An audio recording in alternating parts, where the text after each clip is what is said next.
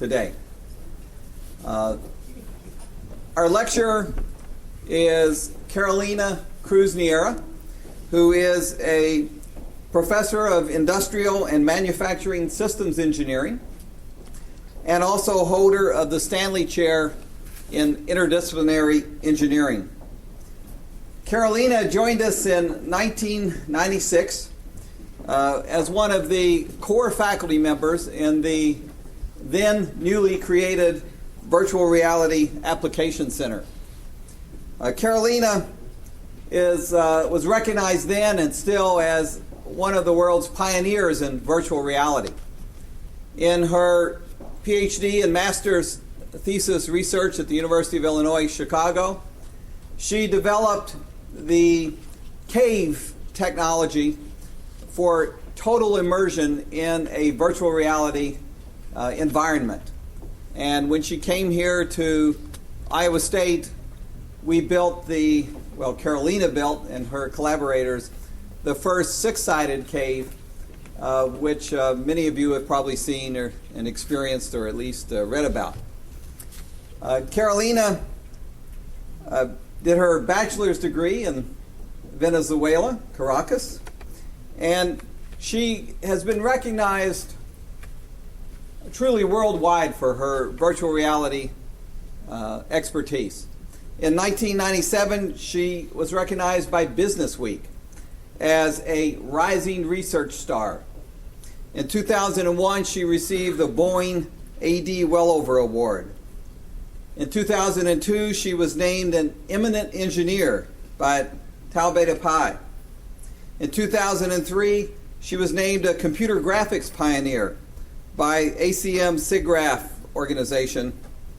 And she has just been an incredible leader nationally and most certainly here on campus in interdisciplinary research using virtual reality. She is truly a Renaissance scholar with interest in a variety of fields and really champions applying virtual reality all over the university and has been a key figure in our new human-computer interaction graduate program. So I present to you Dr. Carolina Cruz Niera, the Stanley Professor of Engineering. Thank you.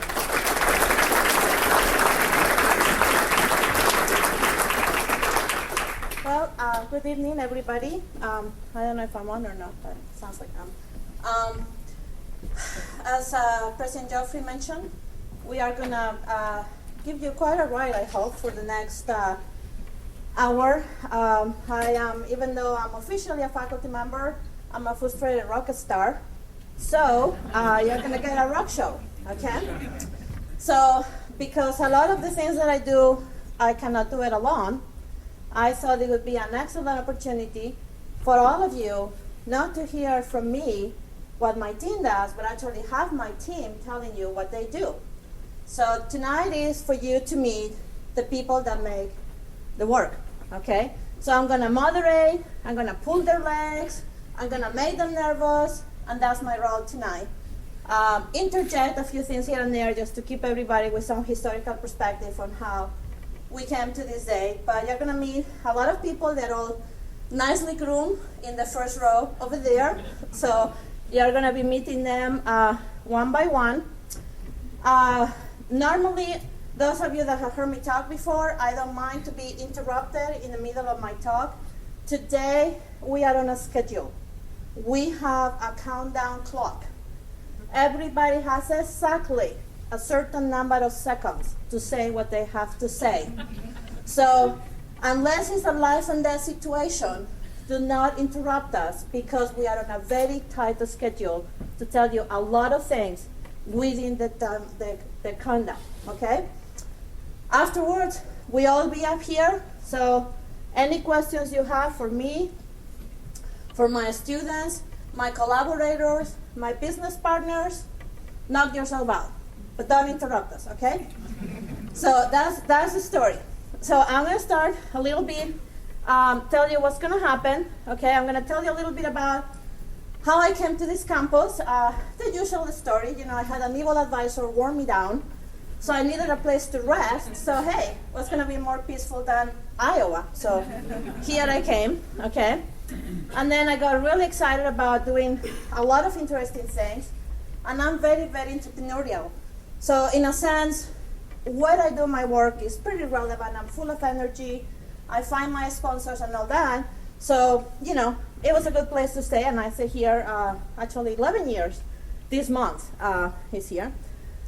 So because we're on a schedule, the projects, you're going to see them on the side of the screen. So you'll figure out the dynamics in a minute.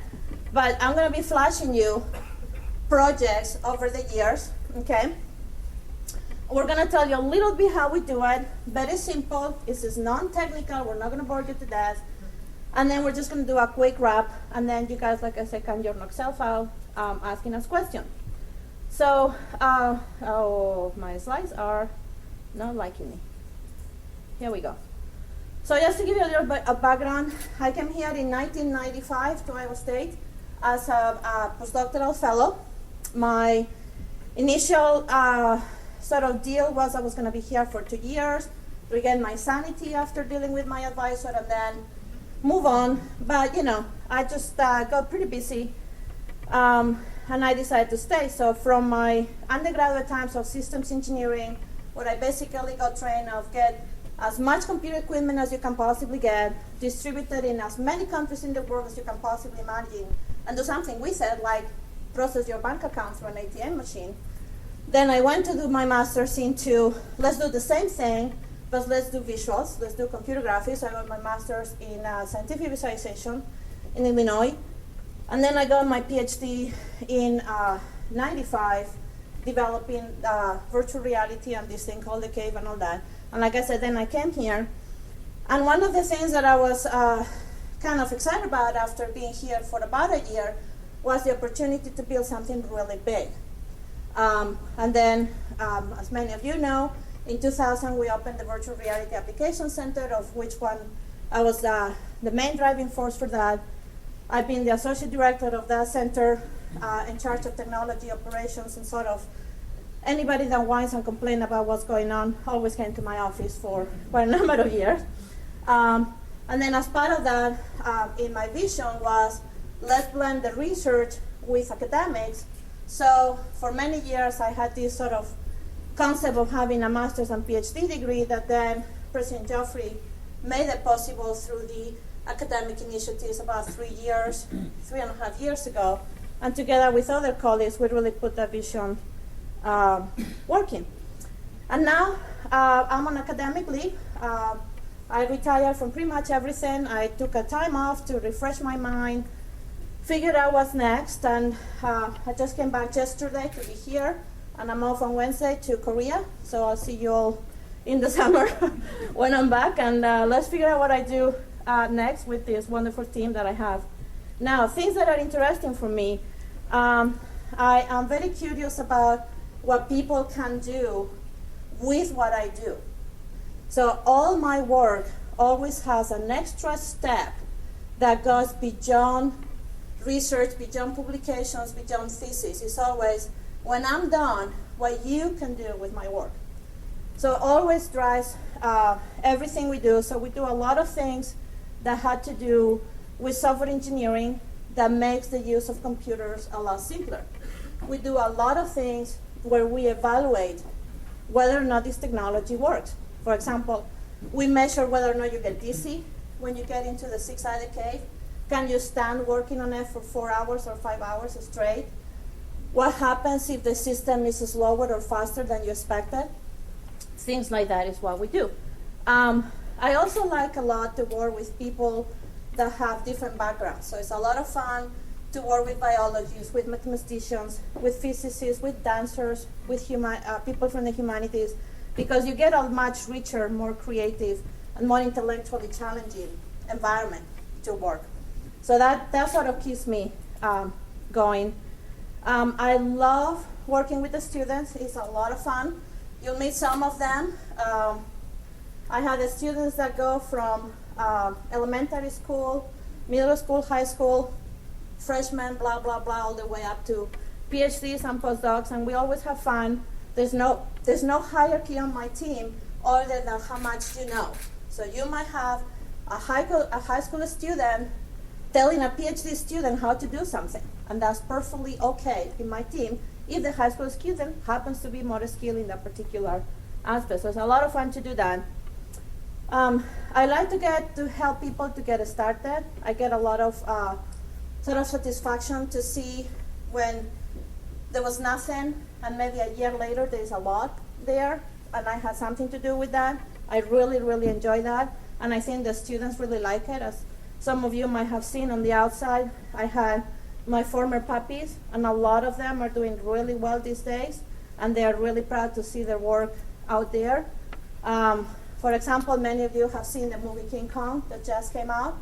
With the movie came out a video game, the King Kong video game. The game development manager of that is one of my students, one of my former students, just to give an example. And then the last thing that is kind of fun to do is to do tech transfer, which goes with this concept of what people do with my research once I'm done. So I like to blend academics and business with that. And at this moment, we have a fairly successful startup company in the research park called Infiscape, and you're going to meet some of the Infiscape people if you haven't met them yet. So a little bit of very fast about the history. Like I mentioned, I came here in 1995. When I came, there was a lab called the Iowa Center for Emerging Manufacturing Technologies. It was run by 4 mechanical engineering faculty. They had expertise in computer animation. There was interest in virtual reality. There was really very limited computer science experience there. A lot of applications developed kind of one-of-a-kind type of thing. And this group had funding to bring a researcher, and that's how I came here. I spent 3 years evangelizing this campus.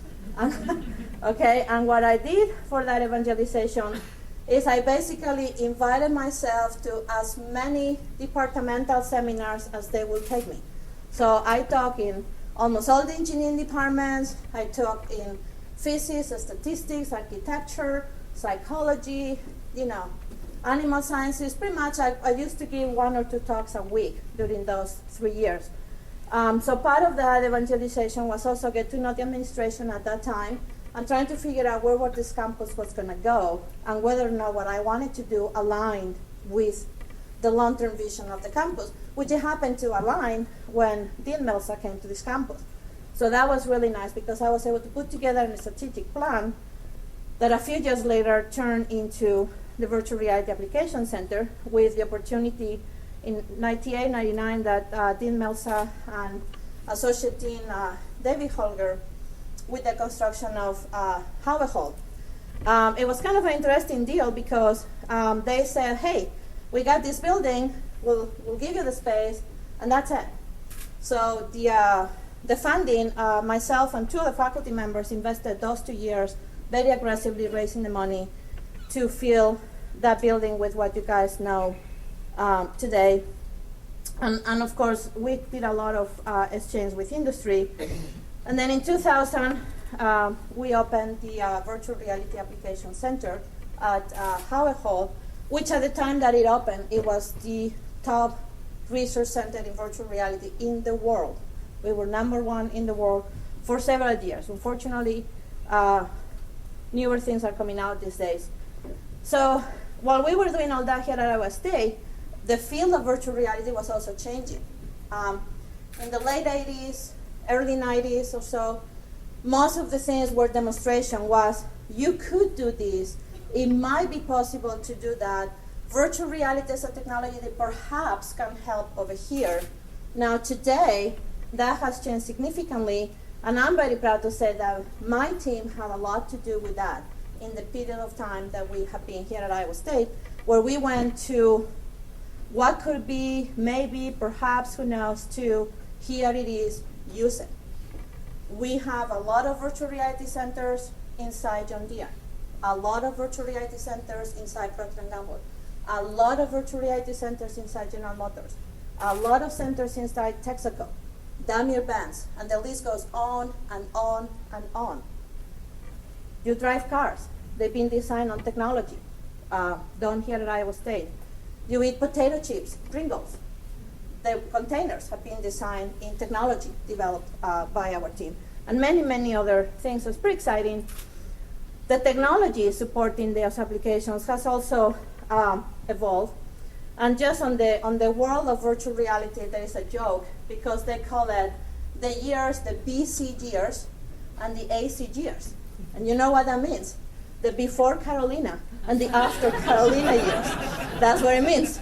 So before Carolina, most of virtual reality was single person. It was head-mounted displays, helmets, and you see a little bit of the evolution. It was just very lonely. Carolina is very social.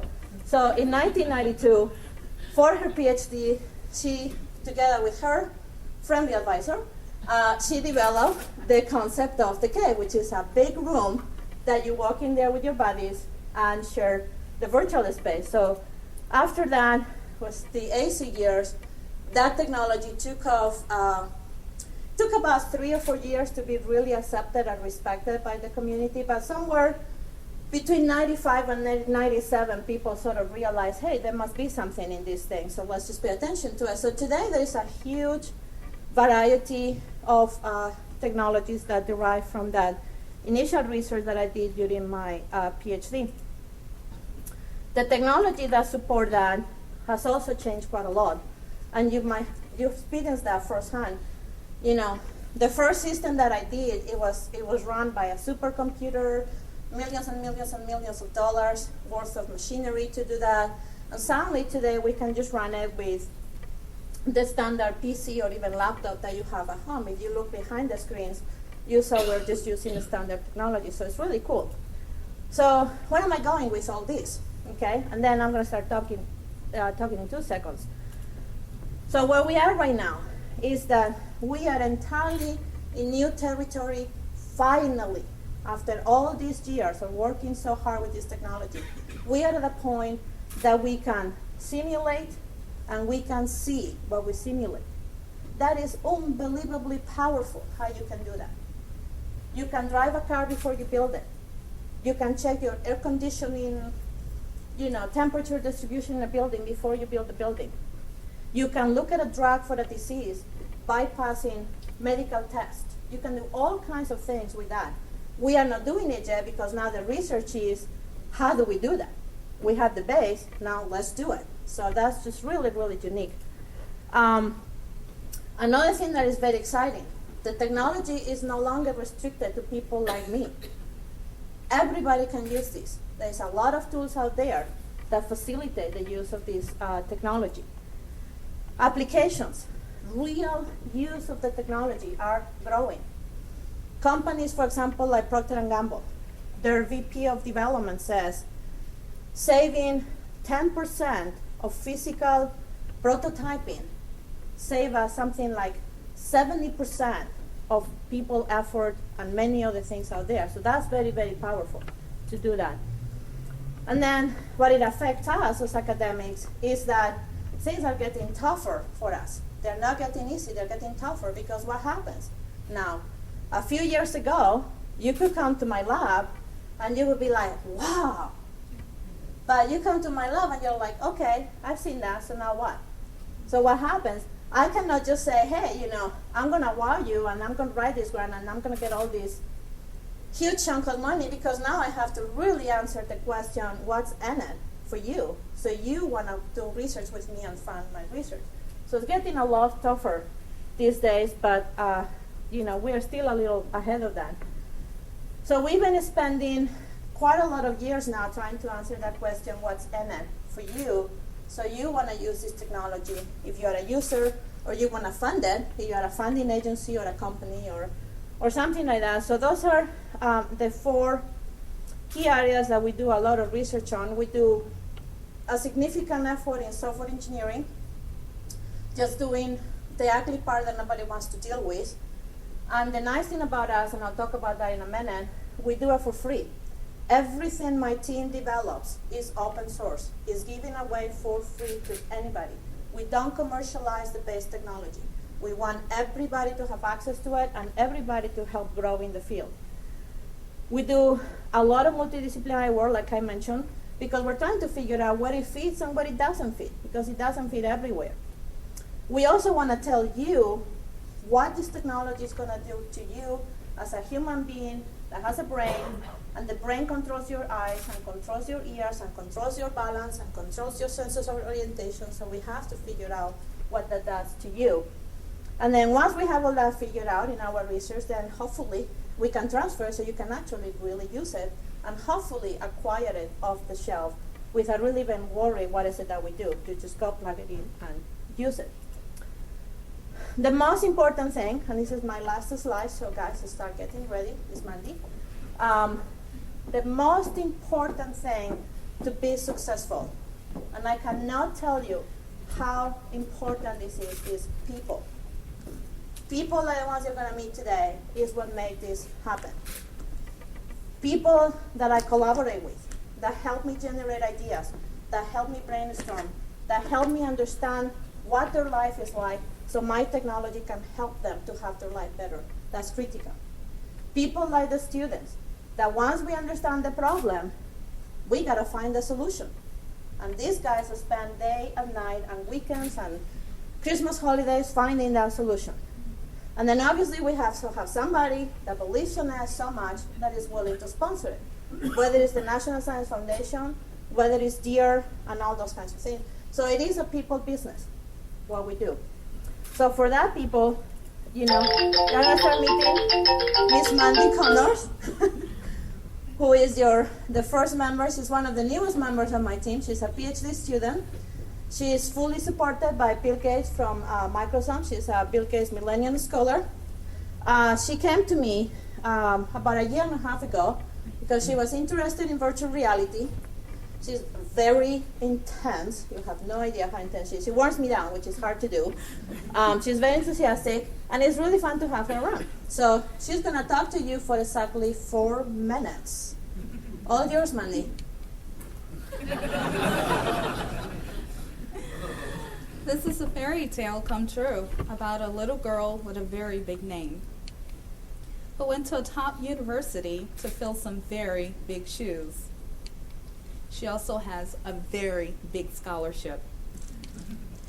This scholarship has some very big goals, and that is to increase representation of certain groups, and those are the underrepresented groups in education, science, library science, engineering, and mathematics. So I start with a very big problem, occupational stress. How many people have been suffering from occupational stress? We're on a schedule. Come on. Okay. Well, the U.S. spends $123 billion in workplace injuries to include occupational stress. And that's a pretty tall number. But then there's France and Sweden and Japan and Denmark. Okay. And 2 minutes to go. Okay. And here's the motto of occupational stress. One day I went to a very big lecture and heard from a very big figure and came up with a very big idea. Could it really be that virtual reality can relieve occupational stress? So I have a theory that yes, it can. And I believe that illusion lends relief. I believe that virtual reality can draw you inside of a world, fully immerse you, and therefore you'll forget what your boss just said to you. And I have a hypothesis. If you were to come and experience my virtual world, I'm pretty sure that you'll be able to get through the next 4 to 8 hours of your workday. The name of my technique is called cognitive reconstruction. That is my own original technique using cognitive restructuring, changing the negative to a positive. And I hope to build brave new worlds, a library full of virtual worlds, with a little help from my mentor, and a lot of help from a huge celebrity. And hopefully I can fulfill the next goal, which is to be an American leader. And I can get a seat here, and maybe a seat in an even bigger house. And the power of Iowa State University is that we have the talent, the ability, the technology, and the creativity to do this. Hopefully, my future is bright at Iowa State, and hopefully my project will set you free. And that's it. Thank you. All right, and you were fast. You gave me a minute to spare. There we go. So we'll advance a little for her. So the other type of collaborators that is very important is faculty. So you're going to meet a couple of faculty that I work pretty closely with, and I had kind of a little bit to do with bringing them here. So the first one you're going to meet is Dr. Chris Harding. He's an assistant professor in geosciences. We have a couple of joint projects in haptics, and he'll tell you what that is, and sound. And we're pretty good together. We know each other for quite a number of years. By the time we were graduate students, we sort of I like coffee, he liked tea, so that actually seems to work. And then the most important thing, we talk to each other and we have no idea what we're telling to each other. And that works. Don't ask me why, but that works. So Chris, ready? Sure. Yeah, my name is Chris Harding, and I'm going to tell you a little bit about something called multisensory interfaces, which is sort of my specialty, and I've been working with Carolina on several projects. What it means is that we are working on putting touch and sound into virtual reality. So besides the visual sense, you can also feel something and hear something, like the strange music that you heard just a couple seconds ago. Keep that in mind. So my real involvement is with geosciences, but since I've been studying many, many years ago, I've always been in connection with computers, informatics as it was called then.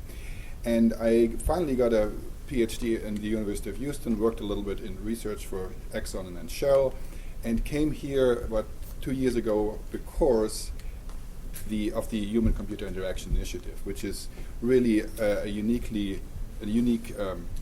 initiative for supporting multidisciplinary research, and really attracted me because I could never be a single disciplinary guy. So what is my position here? Well, I'm the department of the Geoscience Department, a member of the Geoscience Department and of the HCI initiative, and besides Carolina and Carl Jacobson, Dirk Reiners, and other people in my department, I've also worked with the local eye clinic, Nicholas Hamush there. So what is behind that multi-sensory virtual environments? Really, at the core of my research is the question, how can virtual environments help specifically geoscientists? Because that's my background. And so what I'm doing is I'm adding to 3D stereo, as you've seen it here, the sense of touch to improve interaction specifically. So we provide some limited form of force feedback, and we also provide some form of hidden secondary data that's not easily accessible by using sound, like what you just heard. And in the end, we want to measure the benefits of all these newer things and eventually drive innovation in that very early field still. So why do geologists particularly need that, you might ask? And really, I don't expect you to know what they exactly do, but they have to deal with very, very complex data, and they have to interact with it, ideally interactively, directly, touching it, deforming it in real time. For example, things like that. It look really complicated. They are made with big computers, very tedious, very time-consuming. It's very difficult to change these things or to create them in the first place. And my idea is to use technology besides 3D stereo vision, as you've seen it, besides force feedback devices that are little desktop robot arms specifically, and also use interactive sound so that people can hear something while they interact with it. And the main project that I'm involved with Carolina right now is dealing with surface deformation with these two additional sensory inputs. Something like that, for example, is an example of what's really going on right now in the oil and gas industry, and they want to interact with that directly. They want to go there and say, how about if I put that there and feel how difficult it is to deform that? And for example, these somewhat vertical construction called falls need to be deformed, and we are offering a way to do this interactively to create a better framework and to do it from raw data much faster and much more reliable. And as I said, we use force feedback for the sculpting, And while this is going on, we are going to play sound that helps people to decide if what they're doing is actually beneficial and fits into the bigger picture. So we're going to play sound with that. And of course, that also helps to reduce the clutter of all this data. And with that, I'm done. All right. Seconds as well. Everybody's keeping on the schedule.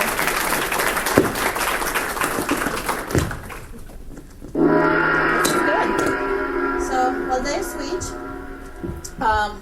the other piece of the team that people tend to forget about, but they are very critical, is what I call the support members, which they should be getting the microphone on, because Annie, it's your turn. These are the undergraduate students. We forget about them quite a lot, and these guys work like horses. They work really, really hard. At least in my experience, they always have been an excellent support for very complex projects, because they take, in a sense, the non-research aspects of the work away from the graduate students, so the graduate students can focus on the really sort of intellectually challenging activities. In my particular group, I try to keep them a little bit away from deadlines. However, we're not very successful at that. They sometimes suffer the deadlines as much as we do, because everybody is responsible. Even the undergraduate students, they have a piece of a project that they're responsible for, and they have to respond and they have to produce, because if they don't, the entire project gets delayed. So for them, I think it's an excellent opportunity to get a lot of experience, to really see what goes on in graduate school, to see what research is all about. And I think you're raising the volume of the wrong microphone. It's the other one. So anyways, it's good for them. So I have 2 students today that you're going to meet. They're tremendously nervous because they got hired last week. So they're brand new, and so they're very nervous, so be very gentle to them. So Annie is coming. So Annie is very smart. She's a senior. She's getting a double degree in computer science and art, which is fantastic for the kinds of things that we do. She's right now working with Mandy, helping both on the 3D visualizations and the programming. She obviously joined my team. Number one, she was looking for a job with a lot of experience. But most important, she has the right kind of things that we need as far as skill. And she is very self-motivated. She harassed me for a while via email until I respond to her until all that. And she actually sort of clicked with Mandy really well. So, Annie, your turn. Okay, I'm Annie, and as Carolina mentioned, I'm a senior right now, and I'm majoring in computer science and fine arts. And I have many interests, which including photography, character design, animation, drawing, paintings, and graphic design, web design, etc. During the past 3 years in Iowa State, I learned a lot, and one of them was realistic image processing, which is we took real life images and we converted it into HDR format and set it as the environment variable, and it will render the whole 3D into a realistic image. As on here, you'll see that the background image actually is a corner in Hoover Hall, and the front drum is a model we did. Also, I was involved in game design, and this is one of the games we did. It's called Radius, and it's a and on the bottom is specific design for the game. It's a shooting game, and over there on the other side is a creature we did for one other game. Is a monster thing. Why I'm in Dr. Cruz's research team? Because I want to find connection between my art and computer science majors, and I want to learn more about the field of HCI. And I have I think two of my qualifications are I have really strong background in 3D modeling, animation, also in computer science, and I have passion to learn. And right now, working with Mandy, we're working on this stress-free world. And we're working with this first thing is the water world, and this is an image of how it's supposed to look like underwater. We have Bubble and all the other creatures. And there are also island on there as well, and here on top is a tree, and there's flowers and like that. And that's about That's it. Thank you. You guys are keeping me on time. Perfect.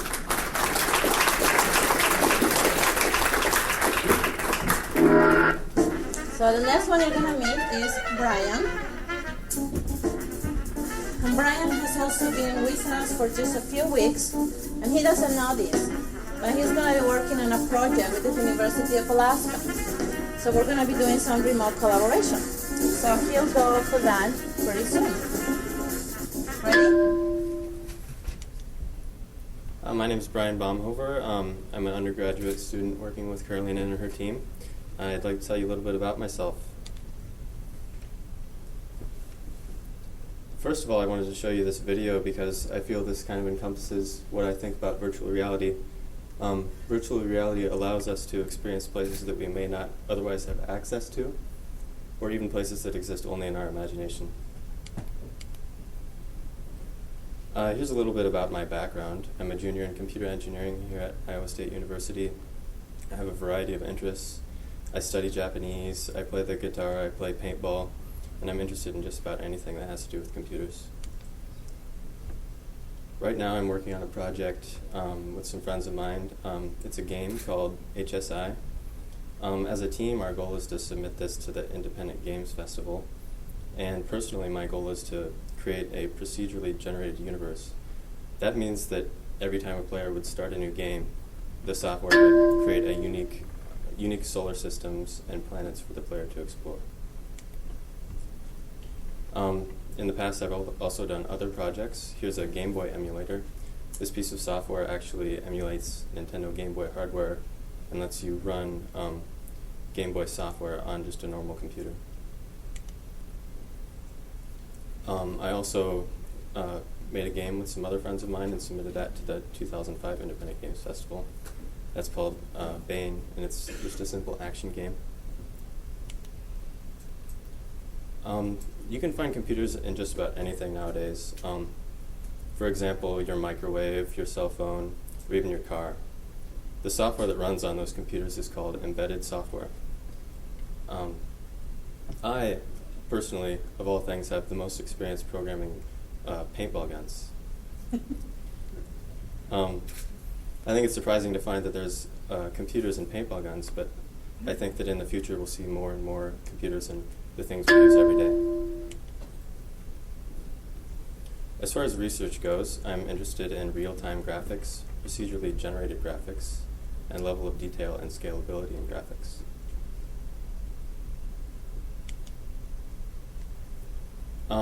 I'm very excited because of all the opportunities I have working with someone like Dr. Cruz Nera and her team. And I'm excited to be creating immersive virtual reality environments. Thank you. One more page down, Ryan. Page down, one more. There we go. Boy, we're gonna get totally on a schedule, even though I have the time.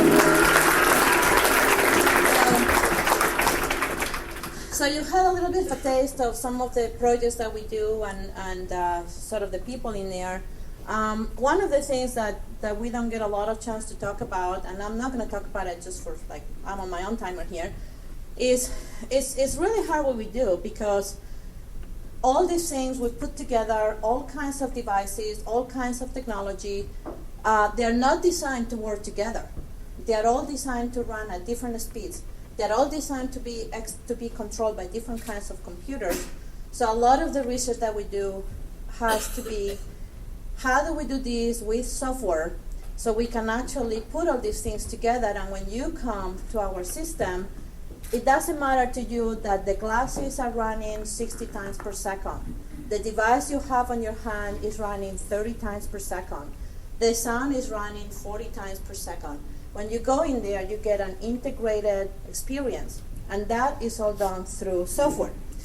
So, and that's because why I said at the beginning that we do everything that we do that is software related, we do it open source, because it's really, really hard software that we have to develop And it's very difficult for a single group to do that. We really need literally the world to help us out programming all these things. So we make a lot of things available, source codes and all that, so a lot of people can collaborate with us and use the same tools that we use and help it grow and help it expand. And of course, sort of world domination a lot faster. One of the things that we do for this magic is called VR Juggler, and that's what my team is very famous for. You will meet Patrick Harling just later. He's one of the original developers. You met Terry Welch. He's also another of the original developers. We started this in 1998. We were the first group on campus that we had to deal with iSurf and intellectual property and all those kinds of things. Everybody knows how much fun it is to have the permission to do open source release. Basically, the intellectual property that we generated at Iowa State, let's give it away for free. So we did that in 1999. Today there is about around 400, maybe more. I mean, it's hard to tell when it's open source because a lot of people use it and they don't tell you, but kind of eyeballing it, it's about 400 groups around the world that are using it. And a lot of companies like John Deere, Procter & Gamble, and others are actually standardizing right now in VR Juggler. VR Juggler is very low level, and I'm not going to bore you with the technical details. You can ask me about it later if you want to. But basically, it just gives you the real time that you need to just grab computers, interactive devices, sound systems, networks, all that kind of thing, puts it all together for you, and gives you a 1/60th of a second response. It's very low level, so you have to be a very, very skilled software engineer to use it. So we need a little higher level tools, and that's where Dr. Reiners comes into place.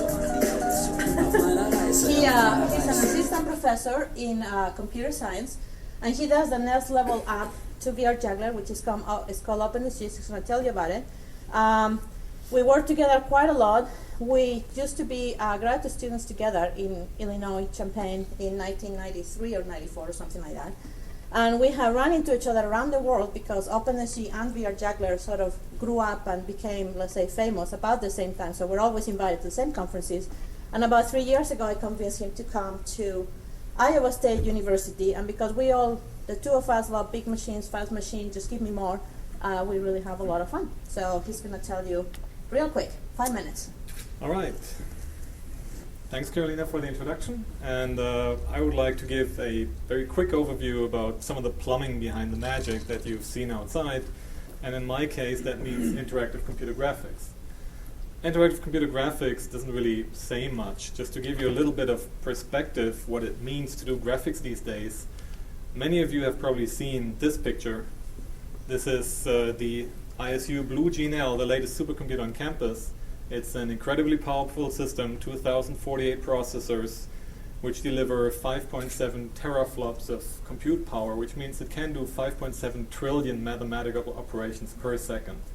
It's really incredible. It puts ISU on the map in supercomputing. It's one of the top 10 university-owned supercomputers in the country, and it comes at a price tag of $1.25 million. That seems like a good deal, unless you look at a comparable system built out of graphics components. If you look at the current crop of graphics chips, like this Radeon X1900 XTX, this single chip gives you 0.4 teraflops, just one chip. So if I take 15 of those, I wouldn't say replace, but get something very similar in terms of operational performance to this big box on the side. And the nice thing is, they're just $549.99, so you don't have to pay $1 million.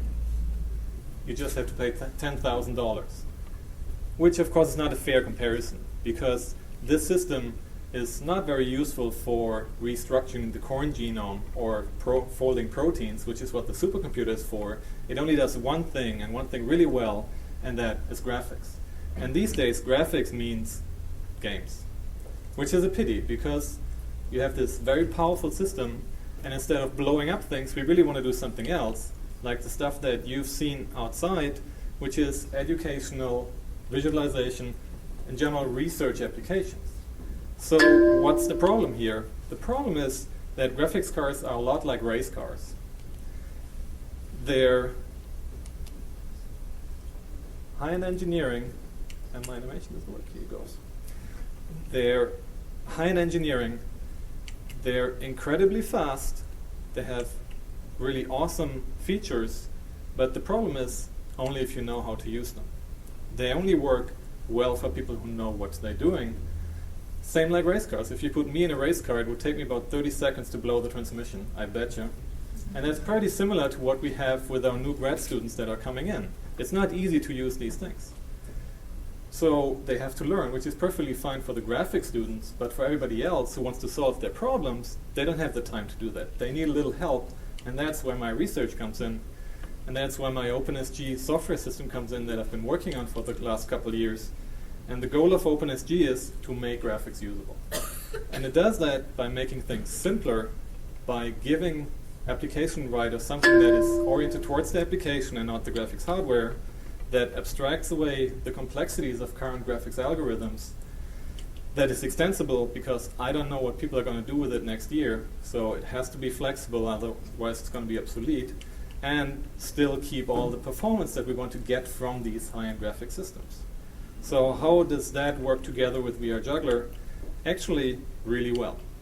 OpenSG handles all the graphics. It does load the models, it does the optimization, it renders the whole thing at high quality and high speed, and VR Juggler does all the rest that's necessary for a compelling virtual environment. So it does configuration, devices, interaction, and the displays. So the two of them together really form a very powerful framework for interactive VR applications that many people at ISU and in the world use.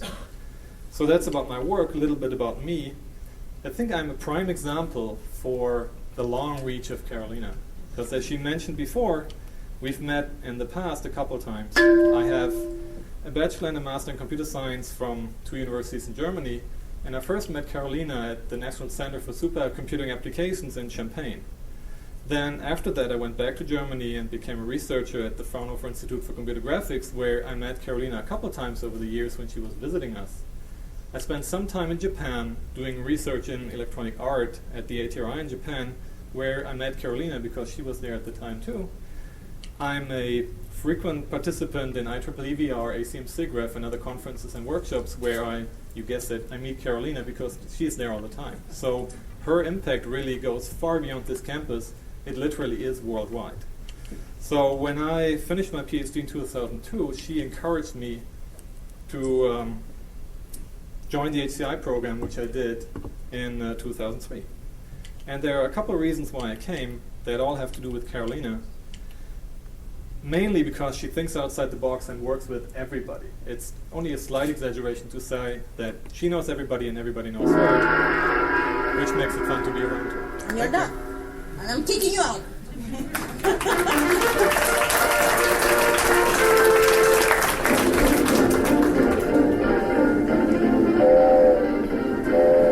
All right. So going up on the levels of the work,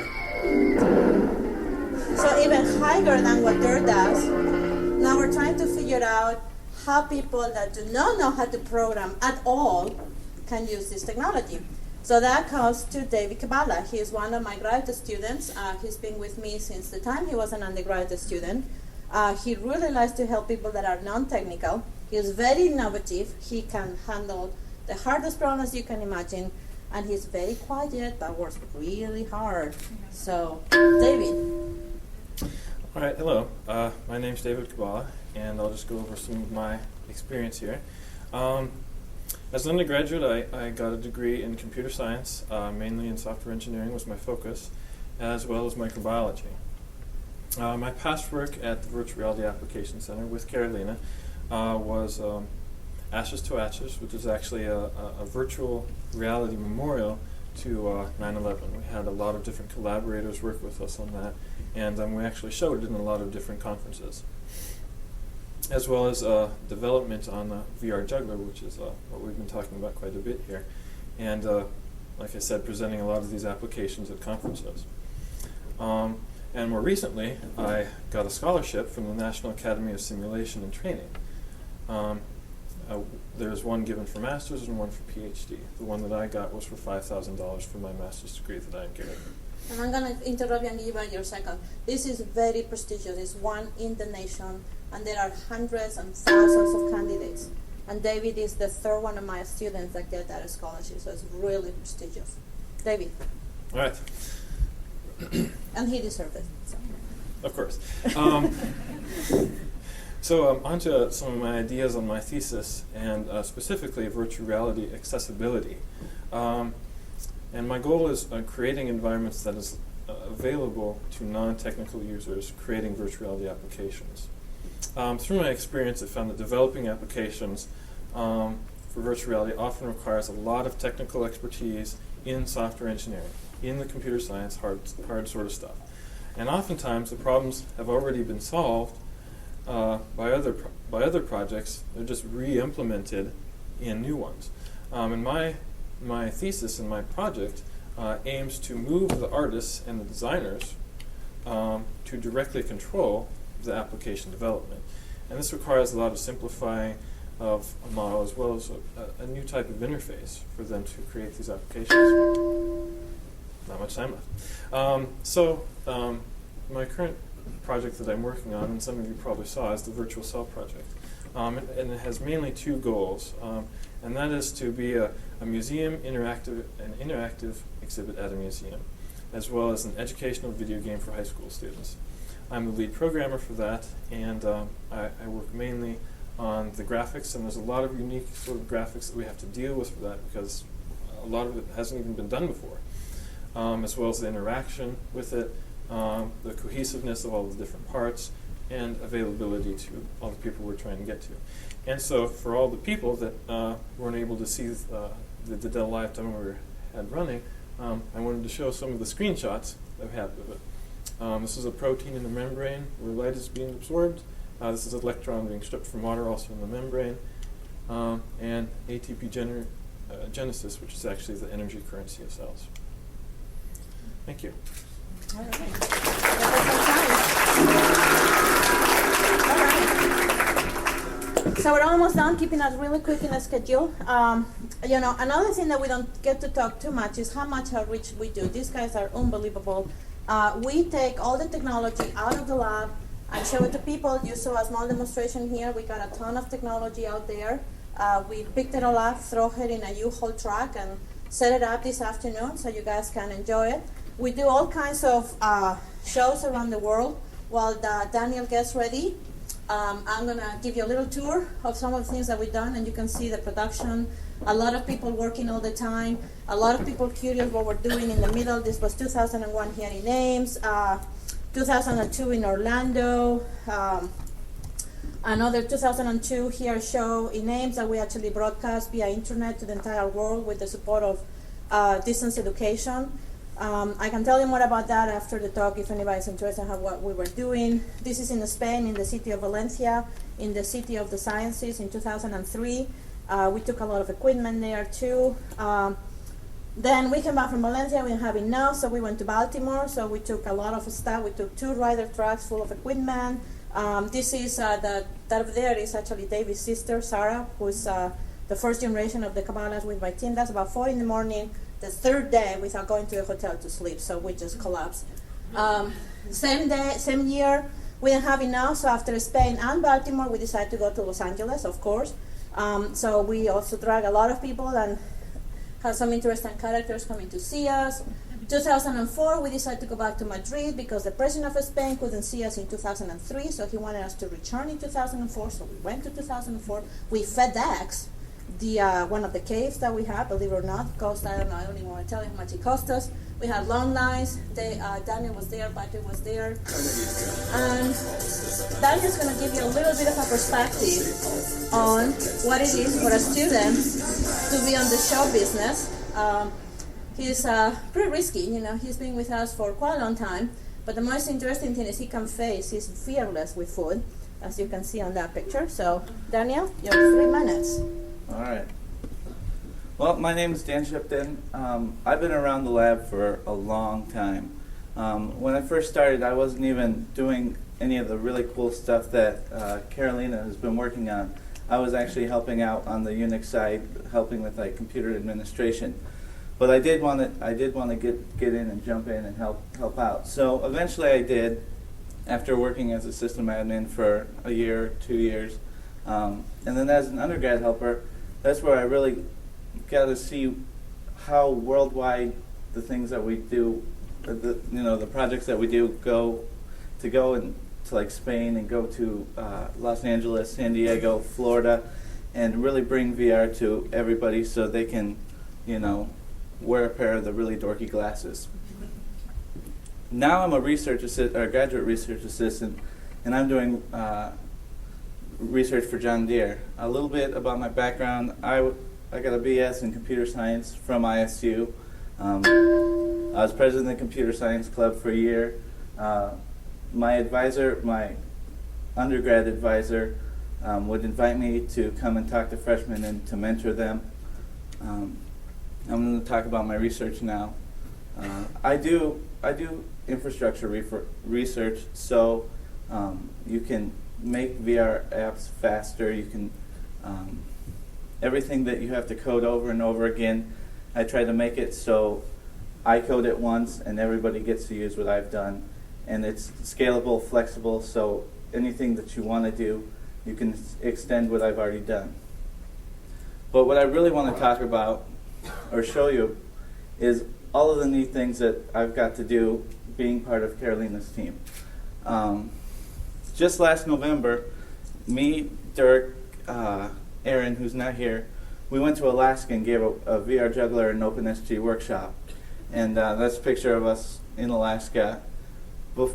Before that, 2 summers ago, I went to Spain with Carolina and I gave a workshop while I talked in English. Everybody else listened in Spanish through a simultaneous translator, and that was really wild. So, a couple more pictures of us presenting at workshops. This is eating in Alaska. When we set up for a show, this is really arduous, and we can spend lots of days in a row just sitting in darkness coding, like me and Patrick did in Madrid, Spain, just to get it ready for the president to see. And then when we go to exhibit at conferences, it's all about taking our C6 and setting up something like the C6 that everybody can view. And that's a picture from Baltimore. This is when we go down and test it below VRAC. So we have to take all of our equipment, make sure it's all going to work, figure out what we need to ship, so we can get a good replica of keep going. And I'm out of time. You're out of time. That's your last one. Yeah, traveling around the world. That's what I love to do. Yeah. One more. Fetch me one more. All right. So what Daniel doesn't tell you, which is really, really hard, is how much these guys work days and days. Because for example, we go to Los Angeles. We have exactly 53 hours from the moment we set foot in the place until 40,000 people come to see it. Those 53 hours, we don't go to the hotel, we don't shower, we don't do anything. Everybody is equal, everybody works, everybody hammers, everybody programs, everybody puts cables, and then we collapse. I cannot collapse because I have to be there shaking hands, but everybody else can collapse. But it's really, really hard. So the last person, and we'll be done, is how do we get it out of the lab? So for me, like I mentioned before, research is very important, but I really think it should go way beyond getting theses and publishing articles. We really as academics need to look at it, how our work helps people, and also how we can help this nation to be competitive. It's a brutal world out there, so we need to stay competitive. So for that, we found out, and I'm not going to read you all this, virtual reality has a lot of business value. There is a lot of documentation on how much cost companies are saving these days by using this technology and being able to simulate on a stage and test things instead of physical things. So there's quite a lot of literature out there. So we took advantage of that, and Patrick is going to talk to you about that from the business perspective. He's very cool, so we got cool music.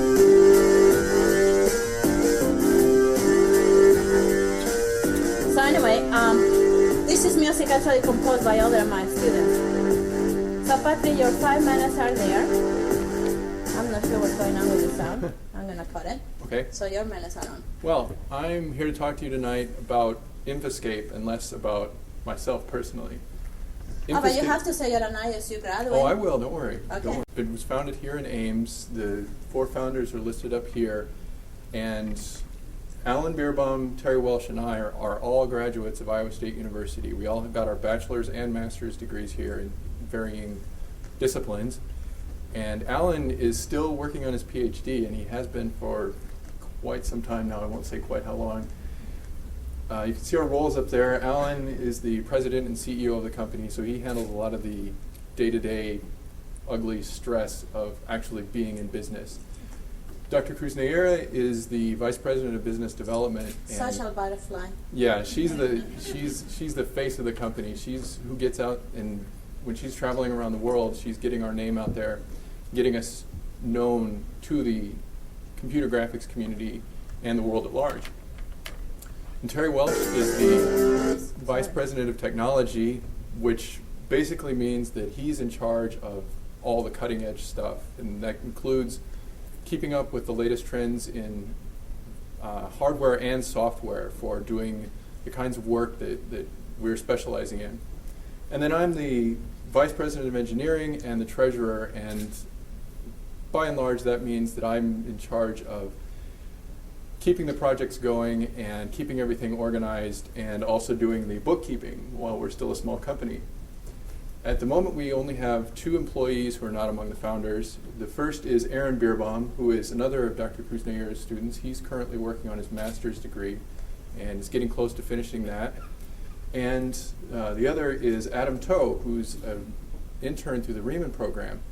And we were very fortunate to get him in our group because he's a very talented graphic designer, and he's helping us develop high-quality 3D content. And some of the stuff you may have seen if you had a chance to come by our demonstration was developed by all of us, and in particular Adam helped us out a lot last summer when he got started, and he's been able to continue on with us. Some background about Infoscape. We founded the company in November 2003, just before Thanksgiving, and indeed Alan and Aaron were working over Thanksgiving getting prepared to go to our very first conference to fulfill the first contract of the company, which was done in conjunction with a company in Israel. So right off the bat, we got started on a global scope and getting the company out there and in front of the people. We got into our first office just about 8 months ago, and prior to that we were working in basements and apartments and things like that, just keeping it as low cost as possible. And then we got into our new office, which is pictured above, which is about 2.5 times bigger than our current office. So that's been a good opportunity for us to get on the right track for growing. As a company, our business is focused largely on developing high fidelity or high realism computer graphics that users can interact with in real time. So it's still in the realm of virtual reality, but it's extending virtual reality beyond just the research world and getting into the production environments and really getting the realism there so that word reality really takes hold. Some of the areas that we've done work are in virtual engineering, also architecture, production evaluation, and doing cutting edge hardware demonstrations. I've got some snapshots of applications, and again, if you had a chance to see our presentation early, during the social hour, you saw some examples of what we're doing for architecture and product evaluation. We also provide consulting to people who want to apply virtual reality to their production environments. We do training, we provide support for software, including the software VR Juggler that has been mentioned a couple of times tonight. And in that vein, we are using VR Juggler as part of our work. So we've taken it from the university environment and the research environment and put it into production use. We also make extensive use of OpenSG because it's such a great tool. And the demos that we showed tonight were all based on OpenSG. As I already said, the company does have a global scope. We are interested in doing business outside the United States, and we are always trying to find new customers in anywhere that people are interested in really putting VR to use in production environments. And now that we've been in business for a couple of years, we've gotten our income improved, we are working on expanding these days. And as I said, we moved into a bigger office so that we can expand. And we are trying to expand the customer base. We've taken advantage of the Papa John Center's Riemann Student Scholar Program to get interns. And we are looking for people who are interested in doing this high fidelity, high realism, interactive computer graphics. Time out. All right. So page me one more, Patrick. In there. All right. So with that, I'm wrapping.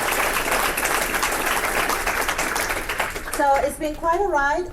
People like Patrick, people like Dirk, people like Chris, Mandy, everybody that you met, and the 62 that you saw in that corner that I was projecting has been really excited to be doing that for all these years. We've worked really hard.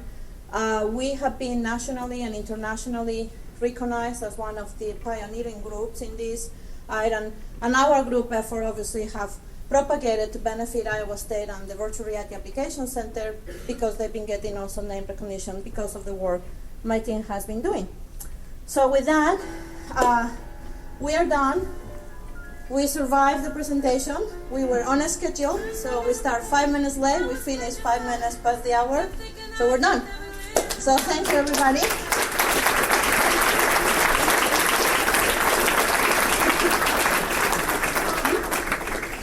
You guys want to come out here? Do we have time for questions? It's a little late, but you guys can come and come on. Come on. So you guys have any question for us?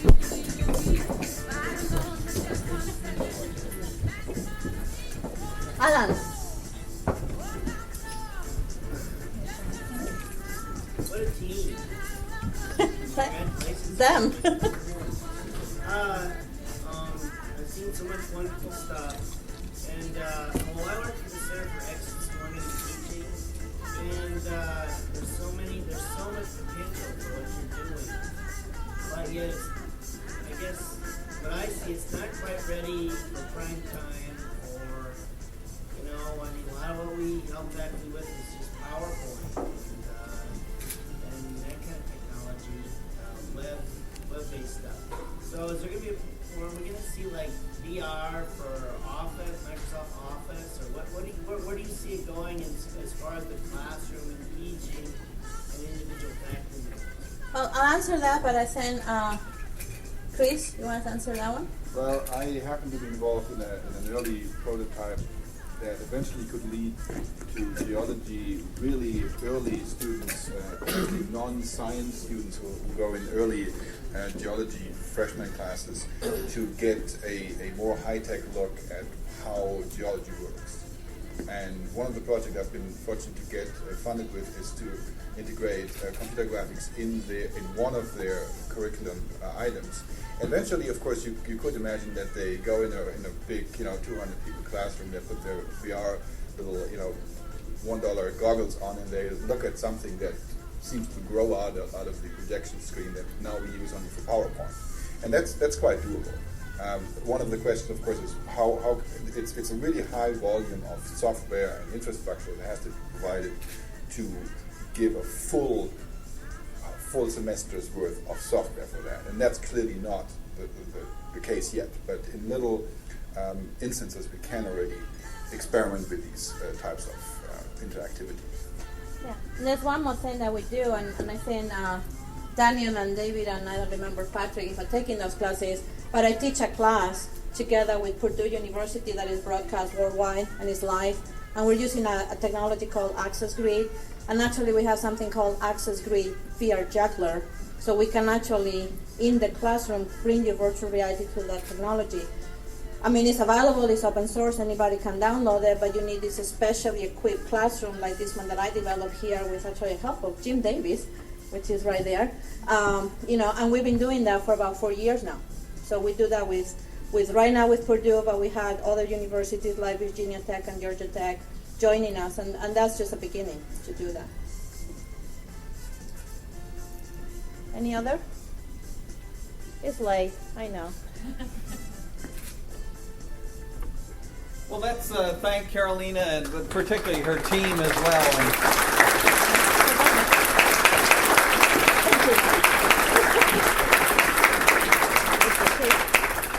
We'll hang out a little bit if anybody wants to just talk one-on-one, but thanks for coming and thanks for having us here.